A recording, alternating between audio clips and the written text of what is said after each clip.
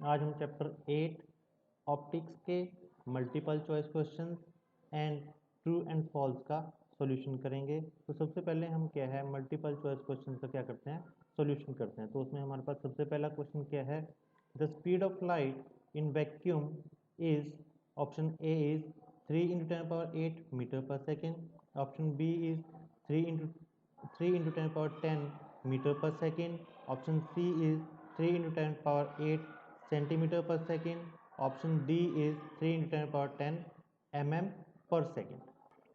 तो इसके लिए हमारे पास option number A is correct. जो स्पीड ऑफ लाइट वैक्यूम में होती है वो कितनी होती है, 3 × 10⁸ मीटर पर second. Okay, now next question is spectrum is formed due to dash of light. इसमें फिनोमिना पूछा गया है कि जो स्पेक्ट्रम बनता है, स्पेक्ट्रम ऑफ लाइट बनता है, वो किस फिनोमिना के थ्रू बनता है। तो इसमें ऑप्शंस क्या दिए गए हैं, option A is reflection, option B is refraction, option C is diffraction and option D is dispersion. तो जो स्पेक्ट्रम ऑफ लाइट बनता है ये बनता है डिस्पर्शन के कारण। तो हमारा ऑप्शन डी क्या है, करेक्ट है। Now next question, question number 3, dash lens is thick at centre and thin at end. इस क्वेश्चन में पूछा गया है कि जो लेंस सेंटर से थिक होता है और एंड्स पे क्या होता है, थिन होता है, तो उस लेंस को हम क्या कहते हैं। Options are A concave lens, option B is convex lens, option C is plano concave lens and option D is plano convex lens. मैं साइड में आप लोगों को बना के दिखाता हूँ कि जो हमारे पास लेंस एंड्स पे क्या होता है, थिन होता है, एंड्स पे क्या होता है, थिन होता है, और बीच में से क्या होता है, थिक होता है। तो इस लेंस को हम क्या बोलते हैं, कन्वेक्स लेंस बोलते हैं। तो हमारा ऑप्शन बी क्या है, करेक्ट है। Now question number 4, A transparent medium bounded by two curved surfaces is called. इस क्वेश्चन में पूछा गया है कि कोई ट्रांसपेरेंट मीडियम, जैसे हमारे पास ग्लास होता है, उससे बाउंडेड जो कर्व्ड सरफेस होता है उसे हम क्या कहते हैं। Option A is mirror, option B is prism, option C is lens and option D is binocular. तो इसके लिए हमारे पास जो ऑप्शन सी है वो क्या है, सही है। जो लेंस है it is bounded by two curved surfaces. ये क्या है, दो कर्व्ड सरफेस से बाउंड होता है और इसे हम क्या बोलते हैं, लेंस बोलते हैं। तो हमारा ऑप्शन सी क्या है, correct. Now question number 5, light travels in dash. Options are A straight line, option B is circular path, option C is harmonic path, option D is curve path. तो इसके लिए हमारा ऑप्शन क्या है, A correct है। जो light है वो हमेशा क्या है, स्ट्रेट लाइन में ट्रेवल करती है। तो हमारी स्टेटमेंट क्या है, light travels in a straight line. Next question, a lens is an optical device based on, options are reflection, option B total internal reflection, option C diffraction and option D is refraction। तो इसके लिए हमारा जो correct option है वो क्या है, option number D. जो हमारा लेंस है वो एक ऑप्टिकल डिवाइस है जो क्या है, रिफ्रैक्शन के फिनोमिना के ऊपर क्या होती है, बेस्ड होती है। Option D is correct. Now question number 7, changing the path of light while entering second medium is called, option A is diffraction, option B is reflection, option C is refraction and option D is polarization। इस question में पूछा गया है कि जब light एक medium से दूसरे मीडियम में एंटर करती है और अपना पाथ क्या कर लेती है, चेंज कर लेती है, तो उस फिनोमिना को क्या बोला जाता है। तो इस फिनोमिना को हम क्या बोलते हैं, रिफ्रैक्शन बोलते हैं। और इसके लिए ऑप्शन नंबर सी क्या है, करेक्ट है।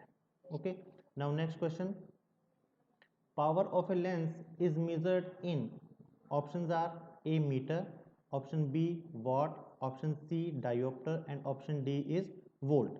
तो इसमें हम जो पावर ऑफ लेंस है वो हमेशा क्या है, डायोप्टर में क्या करते हैं, मेजर करते हैं। तो इसके लिए हमारे पास जो ऑप्शन सी है वो क्या है, करेक्ट है।